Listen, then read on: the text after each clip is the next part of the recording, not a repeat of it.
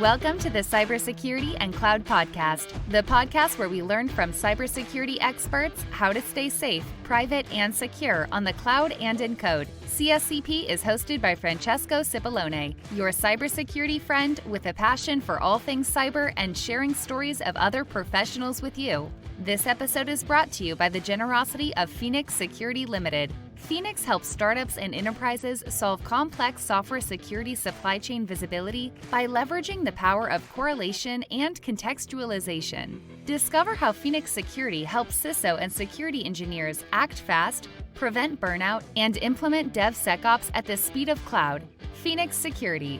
Correlate, contextualize, and act on risk with one click. Let's dive in.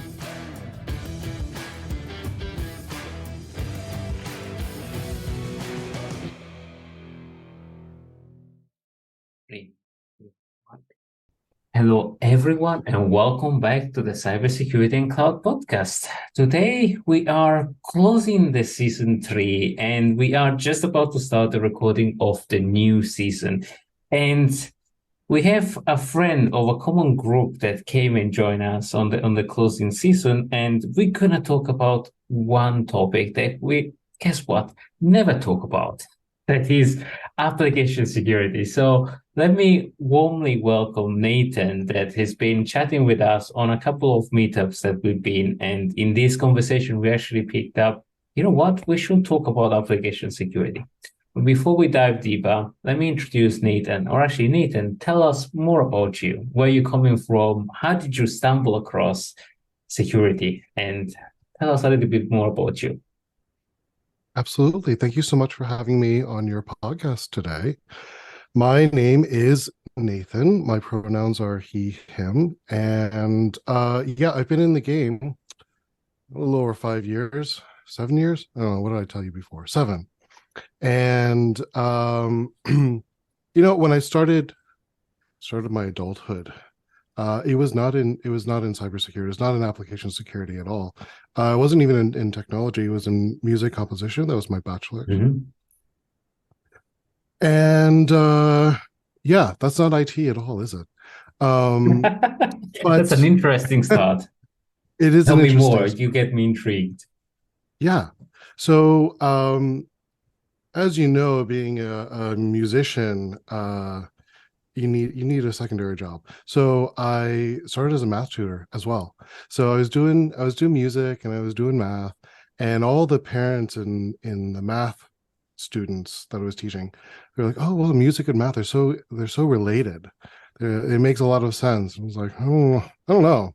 But okay, I'm here. I mean, I got the job. I'm doing it. But I started thinking about my career. I started thinking about what I wanted out of life. And something happened. I listened to some podcasts and I heard some analogy about a gravity problem. And I guess to sum it up is to say, if you want to lose weight, you don't try to change gravity. Right. Like I could drop, 100 pounds by moving to the moon. But I don't think that really meets the intention of losing weight.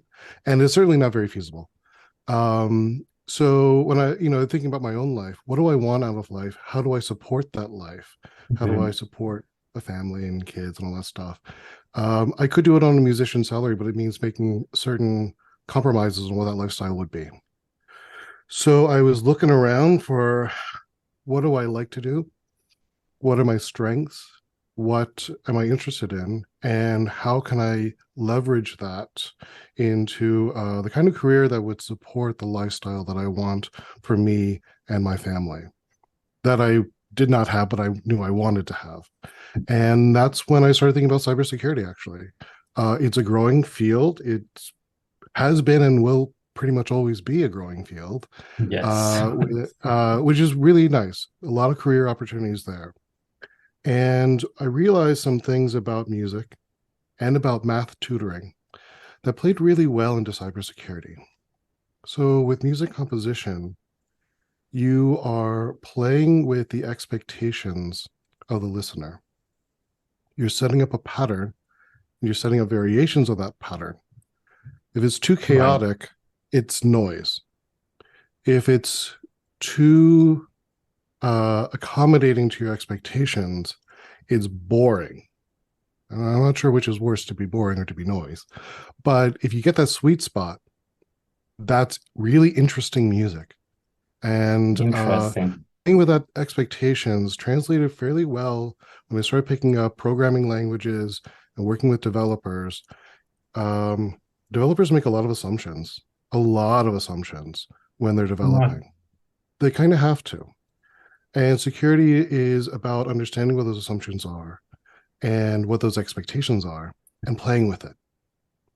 You asked me for a username and a password. What if I put in some SQL code? That is variations on a theme, so to speak.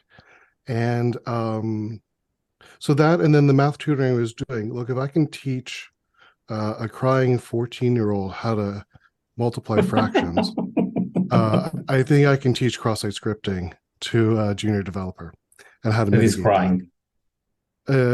Usually the junior developers aren't crying, but they might be. But yeah, so like I had a passion for playing with expectations and kind of like tinkering around and like getting to the root of what those assumptions were.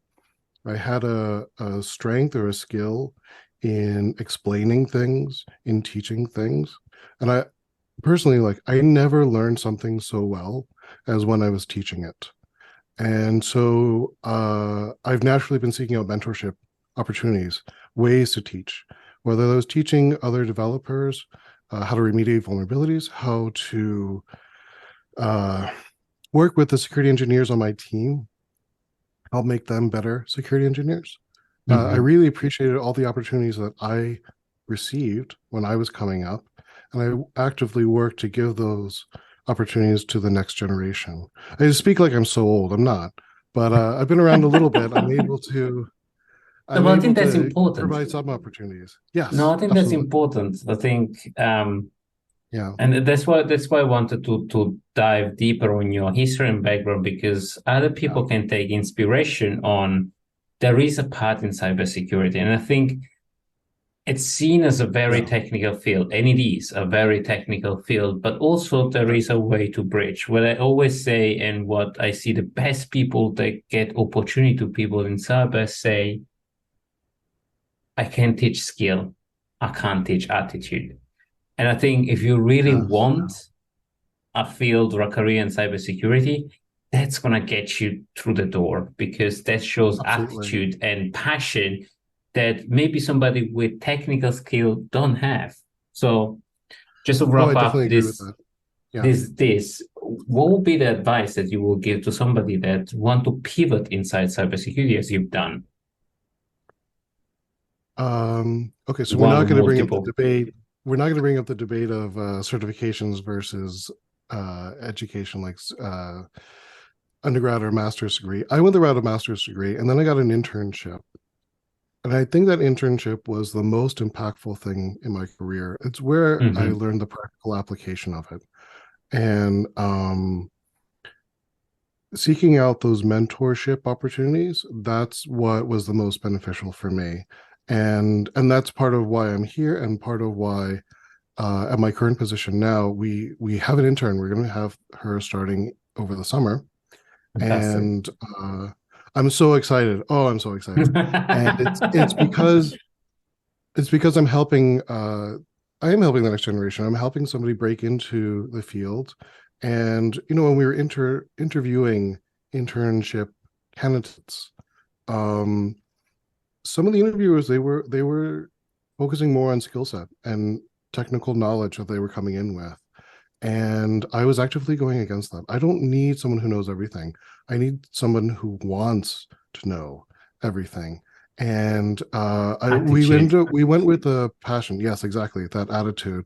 We went with a candidate that I felt had a lot of passion, had a fantastic attitude, was hungry to learn. There's nothing better for a teacher than a willing student. And I wanted that for myself selfishly, but I also wanted that for my team. I want everybody on my team to be given that mentorship opportunity to teach someone else, because I believe that they will learn application security much better because of it. And I think that's contagious, because what I really love, and I really connect with you on this, because when I see somebody that is hungry to know, I so much, and I run a mentorship program, I see that passion seeping in, and I'm pulled to give information and to share that knowledge. And I'm totally with you. And thank you for taking an apprenticeship and helping the next generation, and maybe chiseling away that skill gap that we have, and that we all complain, and we have a way to chisel it up. And I don't know why more people don't take it on. But maybe on that subject, what do you see right now? Old generation, new generation, what do you see as our field, and specifically on application security, and how has it changed in the past years? What do you think the state of the industry is right now? It's a very interesting question that I've been pondering for a while. And the only answer I can come up with is that the state of application security is as varied and diverse as the definition of application security. Let's start there. It's really, in addition to looking for interns, I am actually currently hiring for senior level security engineer on my team. And the candidates that we have coming in have such a wide breadth of experience and different skill sets, because they've had such a wide breadth of definitions for what application security even is. Right. Some companies bring vulnerability management as a part of appsec, and some people say that's security operations.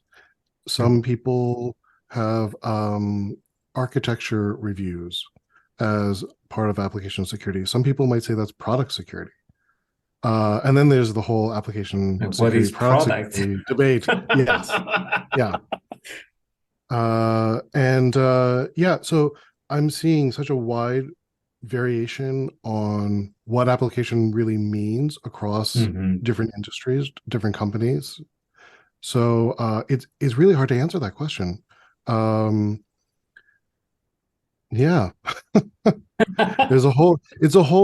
the Wild West. I mean, we're forging ahead, and maybe this is a career.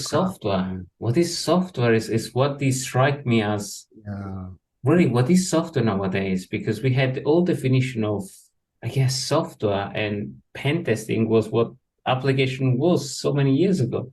And when we ask people, do you have an application security program? Yes, I do bug bounty, or I do, in the old days, I do pen testing every now and then, and then checking the box, done. Right? We fuzz it, and we're good. Fuzzing was already advanced. That was really mature if you got fuzzing. The history of the application security team at Mailchimp was primarily a group of pen testers who were pen testing. And I think they did a fantastic job securing the application. However, pen testing is expensive. It's really expensive. And it's non-sustainable. Correct. Yeah, that too. Yeah, as the acceleration of the business producing features and products increases, you just end up having to hire more and more people to do pen testing, and that is the most expensive time to remediate anything, and it's also the riskiest time. The stuff is almost already out the door. You're already getting exposed to that risk. I mean, maybe this is a bit of a hot take, but if it's not in production, I don't think it's a vulnerability. And it's an incident. Well, what I mean by that is, like, if you have a dependency scanner in your CI/CD, they're scanning CVEs in your third-party apps and whatever, like open libraries. I wouldn't call that a vulnerability. I think it's a risk, but it's not a vulnerability until you actually deploy it into production that can be impactful to your business, right? We call it vulnerabilities for the sake of not having a long conversation with developers, but I don't think it's a vulnerability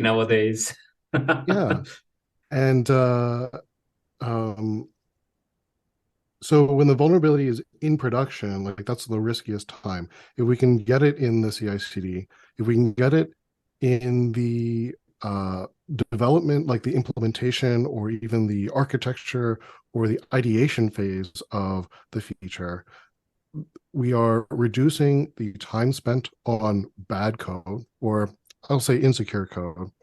Reducing the amount of hours spent fixing that, and we're reducing the amount of headaches and security incidents, and Right. everyone's just working a lot more efficiently. And so as I'm building out the application security team and the application security program at Mailchimp, I'm focusing on that. How do we push left? And this is the mantra of application security, is push left, push left, push left. I think there's been a blockage with that, though. Pushing left has been from the perspective of software engineering. And that makes sense. A lot of application security engineers start off as software engineers, and then they pick up security as an extra skill set and like unlock a better career path for them. It's wonderful for them. That's their perspective, and that's what they know. So they focus on that.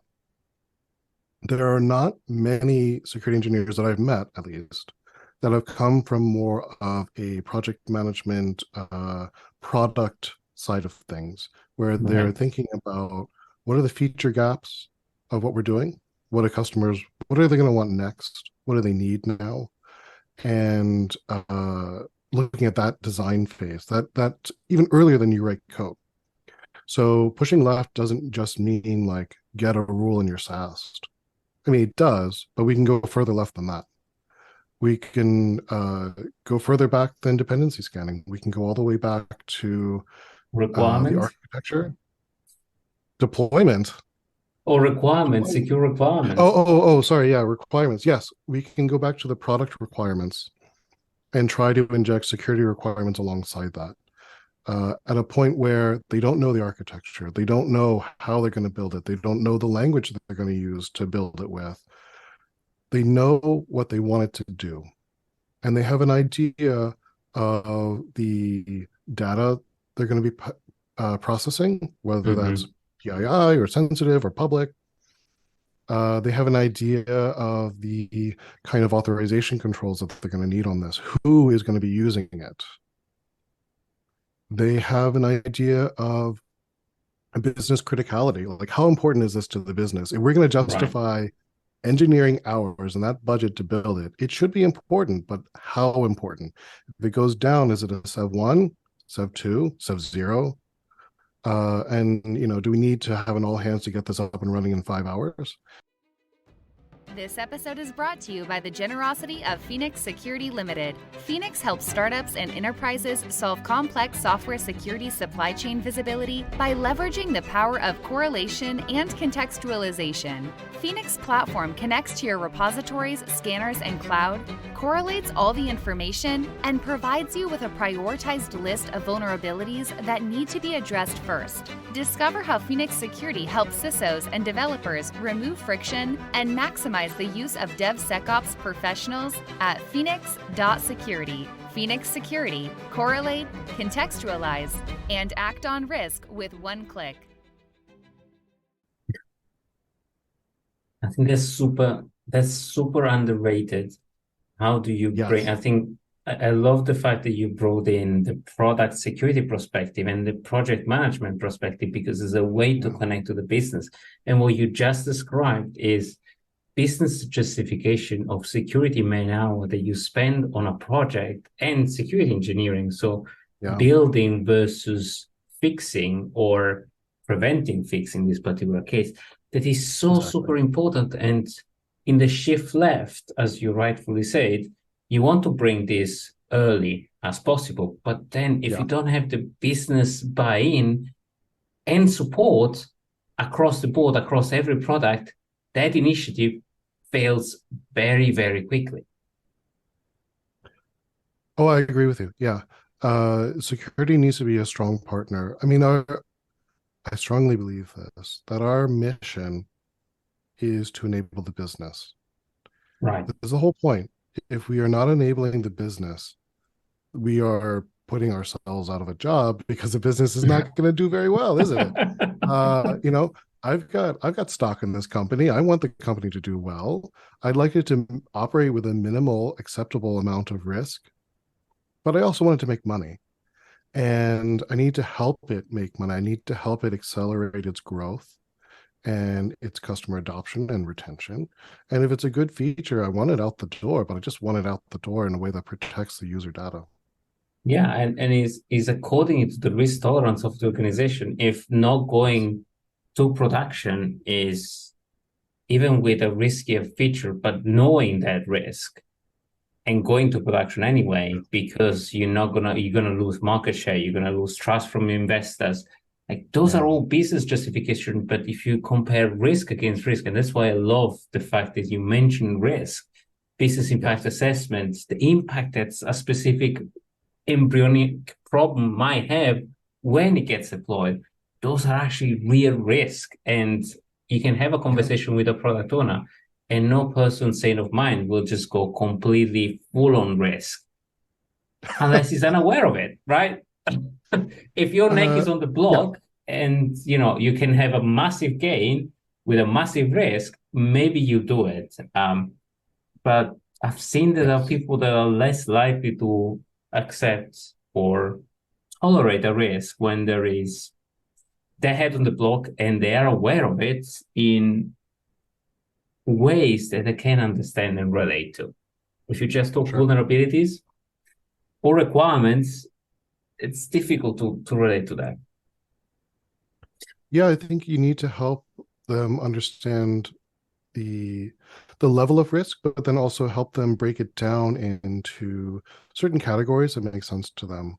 Whether this is about compliance and legal involvement, whether this is about business criticality or the data classification, it makes sense to them. Oh yeah, I'm touching PII. I'm handling credit card data. This is pretty risky. I get that. Makes sense. And I understand why we have the controls here and why we need this level of engagement with the application security team. I think very often I find myself in a situation where we find out something's going out or has just launched, and that's even worse. Like I have like what's it, Google alerts for like certain keywords, right? And it's like, oh, a new product just launched. Okay, well, I haven't seen this before. Has not happened to Mailchimp. I'll put that disclaimer out. This is a totally different company I used to work for, and not here. But yeah, like so there is threat intelligence and business intelligence used for threat intelligence. Yes. Yeah, and it's a bad state to be in where you're like, I never saw this. Did anybody look at this? And we have to scramble. It's the planned work becomes an injection because we didn't really plan it that well, did we? So part of partnering with product is to help actually plan out that work. If we can set the expectation with our customer, product and engineering are the customers of our team. Look, we understand what you're trying to do. We've helped you understand the risk involved in what you're trying to do. A high-risk product is not a bad product, by the way. High-risk product just happens to have a high tolerance of risk. Like, we gotta put some mitigating controls on this. We have to protect it a little bit more. We have to be a little more careful with this. But still a good product. But once we help them explain that, we can set an expectation that, oh, we should be involved earlier. We should be involved more often. And conversely, if something is lower risk, again, doesn't mean it's good or bad as a product. It just means we don't need to worry about it quite so much. If this is using public data, well-worn, like golden path or paved road kind of deployment, all right, we'll look at the architecture, we'll give it a once over. I think we're good. We'll verify that you have an API that is burning red. Yes, yeah. We have an open elk stack or whatever like that. Like there's things that we know are risky and we know we need to be involved in exceedingly involved partners. And there's other times where we can say, no, you got this. We're good. It's cool. We can reserve our capacity for the things that really are going to be the most impactful. and we can plan out our work a lot easier. There are times where you get competing requests, and both people want you to do the same work, but you've only got so many hours in a day. How do you decide who's going to get that hour and who's not? This is the opportunity cost that we have to deal with every day of our lives. The more data we can get in making that decision, the more likely we can make the right decision or the most impactful decision. It helps with priorities. And by understanding the risk of the product or risk of the feature, we can use that to help us prioritize which one we're going to look at first. Highs and criticals, yeah, we're going to look at that right away. Lows, you know what, if that waits a week, that's okay. If that goes out to production and then we take a look at it, it was a low risk and we knew we were spending our time on the high risk stuff. Okay. Again, risk tolerance, but let's understand our risk so we know what we're tolerating. I really like that approach because it enables you to convey a risk-based decision and discussion, and also to prioritize your team. And in general, the application security team that is so rare, and 90% of the time it burns out because everything is screaming, everything is on fire, there is alarms everywhere. And that is not a very healthy environment to actually, first of all, make good decisions. I suppose. So even if you're the best and everything is screaming at you, you're probably going to make some mistakes. And the likelihood and the probability and the impact of those mistakes are very high. So you're operating in a very high-risk environment generated by noise. So I totally agree with you. Laser focus on the things that is more important. Also create a more joyful way. So we can probably retain those talents a little bit better and not spend a lot of money and effort and time to actually recruit the next generation that will question, why are all these people quitting? Sure. Yeah. I mean, burnout is real, and we do need to protect the work-life balance of everybody on the team and ensure that they're bringing their best selves to work because they feel the best while they're at work and not getting inundated with fire after fire. Just the ability to plan work is such an important thing that application security doesn't always get to do. It's one incident to the next. We need to get out of that. It's hard to break out of that cycle, though. It really is hard to break out of that cycle. So we're discussing about avoiding burnouts and preventing. So, and we touch point on, Nathan, what you are doing in Mailchimp and how you're evolving this program of work. And I know that I used to have pet peeves and pet project names. So does this project has a name? Yes, we do have a little project name for this. We're calling this the Secure Product Development Rhythm, SPDR, or SPIDER for short. And it is intended to, I do love the name. Yeah. A good name really sells the idea. But here's the idea. Embedding security engineers in development teams, highly effective, but also very expensive and not really a scalable approach. As the company grows, it would be very, very difficult to continue that hiring to maintain that ratio of security engineers to engineers, software engineers. So Spider is a way to intentionally grow and weave together our services that we're providing to the product and engineering teams to maintain that context, so that if somebody does a threat model, the information from that threat model, the security guidance, stays with the product and the feature, so that when it comes time to do the code review, we understand what we've asked them to do. We can just check, did they do this? Like, we can spin up that context really, really quickly, as opposed to going to their stand-up every day and doing their sprint planning with them, their roadmap. I don't want that. I don't want that to happen. Like, I have 4 people. I can't be in every team. We would spend all of our time in stand-ups and not actually doing any work, not producing anything of value or reducing any risk anywhere. Right. Instead, we're trying to, again, work with the product teams, help them understand the level of risk of what they're developing, and then give them a list of engagements that we want to have based on the level of risk or certain answers to questions, saying, we need to do a threat model here, we need to do an architecture here, we need to do a code review here, we need to do a pen test here. Pen tests do have their place. It just can't be the only thing we do. And once we know the engagements they're going to have, we can plan out that work. And we are building out those services intentionally to feed into each other, to create a flywheel sort of approach, where the things we identify in a threat model help us do better code reviews. And the things we find in code reviews can, again, help us in the penetration testing.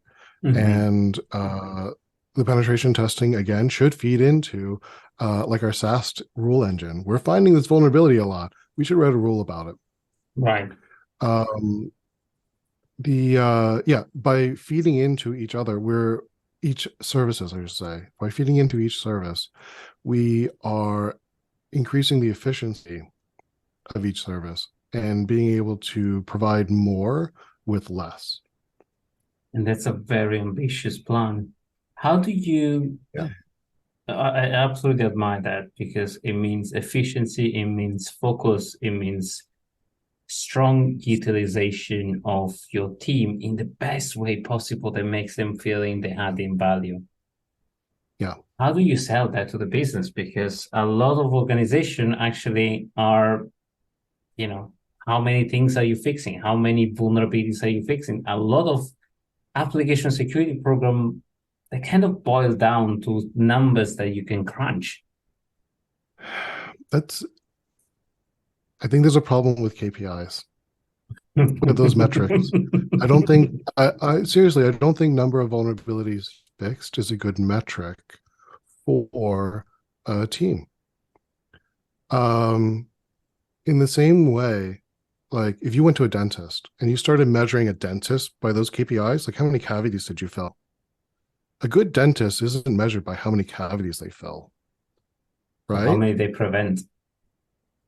But how do you measure how many cavities they prevent? That's really, really difficult. But what can you measure? You can measure dental hygiene. Are the dentist customers revisiting the dentist every 6 months like they're supposed to? Are the dentist customers flossing? Are they brushing their teeth? They may still get cavities. That's going to happen. It's just the nature of the human body decaying over time as we get older. But we can help, or we can measure the dentist's effectiveness by measuring the dental hygiene of the customers and of the organization. And I would use that to measure information. Sorry? Maybe how many times a single person shows up at the dentist. A high number is probably not a good sign. Depends why they're showing up. True. For the same problem. Oh, yeah, sure, for the same problem. But like most people go to the dentist twice a year. Just the average cleaning, that's fine. Some people might go often because they're doing extra services. They're getting teeth whitening. I don't know if that really counts as hygiene, but it means they care about their teeth. Right. They're probably going to be taking care of it if they're putting money into making it look nicer, right? They might be going in for orthodontal visits and getting braces or whatever. They may be going in for cavities and root canals and all that other stuff, which is normal to happen. Vulnerabilities are going to happen. 0 days are going to happen. But how well do we fix them? It's not how many we fix, it's how well we fix them, how fast we're able to adapt to them and address them. So when we look at the efficiency of an application security program or an information security program as a whole, what I want to be measuring is the security culture and the security hygiene of the company, not how many vulnerabilities we fix. That's going to happen. But how often are teams engaging with us? Are they repeat customers? How quickly are we able to provide relevant security guidance to those people? Are we meeting SLAs on those services? when we provide that guidance, are they taking it? Are they listening to us? Is anyone listening to us? I don't know. We have to measure it. We asked them to do a thing. Did they do it? Did they regress afterwards? We asked them to fix the vulnerability. How many times have we pushed a fix for something and then there's an outage and we revert back, we roll back, and now the vulnerability is back? Right. So part of the Why is it security... Why is it so complicated to measure proactiveness? Or actually, let me rephrase the question. Is it maybe too hard to measure proactiveness that's only the few enlightened people do? Sorry, would you say one more time and make sure I understand? Would you say that measuring proactiveness is hard, or only very enlightened people measure proactiveness versus things that are more immediately measurable, that not everybody even does measure, like mean time to resolution and vulnerability fix rate? Sure. Like on a scale of maturity, where would you place that? I like how the phrasing of the question makes me seem very enlightened and mature. Well, that's my role of a host. No, but I understand the intention of the question, though. Yes. There are some things that are like obvious to measure. Number of vulnerabilities closed is an obvious thing to measure. Of course, we can measure it. It's rather easy to measure. But what does it say? What does it really tell you?